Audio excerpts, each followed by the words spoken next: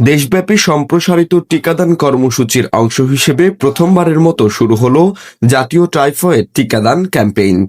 রাজশাহীর পবা উপজেলায় আনুষ্ঠানিকভাবে উদ্বোধন করা হয়েছে এই কর্মসূচির, যা চলবে 1 মাস ব্যাপী।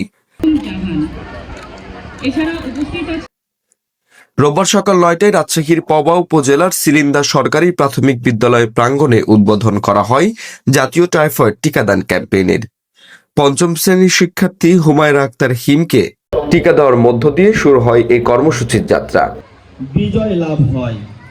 1 মাসব্যাপী এই কার্যক্রম চলবে আগামী 13 নভেম্বর পর্যন্ত।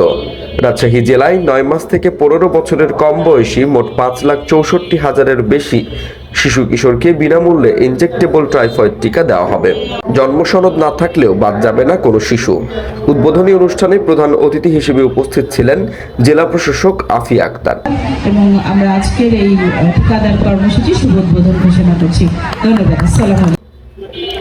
এ সময় আরও উপস্থিত ছিলেন deputy civil surgeon doctor Mahbuba Khatun, উপজেলা নির্বাহী কর্মকর্তা আরাফাত আমান আজিজ, হরগ্রাম ইউপি চেয়ারম্যান অধ্যক্ষ আবুল কালাম আজাদ সহ স্থানীয় প্রশাসনের বিভিন্ন কর্মকর্তা।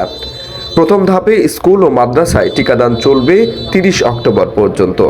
এরপর 1 নভেম্বর থেকে 13 নভেম্বর পর্যন্ত 9 মাস থেকে 15 বছরের কম বয়সী শিশুদের টিকা দেওয়া হবে কমিউনিটি পর্যায়ে। স্বাস্থ্য বিভাগ বলছে, এই উদ্যোগ সফলভাবে বাস্তবায়িত হলে দেশে টাইফয়েড জ্বর নিয়ন্ত্রণে আসবে এবং শিশুদের মধ্যে সংক্রমণের ঝুঁকি উল্লেখযোগ্যভাবে কমে যাবে। টিকাদান কর্মী রয়েছেন, আমাদের এবং পরিবার পরিকল্পনা বিভাগের আমাদের ভলান্টিয়ার রয়েছেন, আমাদের সম্মানিত স্কুলের শিক্ষকবৃন্দ, সবার 99 জন। এই একটি বাচ্চাও যেন আমাদের এই টিকাদান ক্যাম্পেইন থেকে বাদ না যায়। এটা অত্যন্ত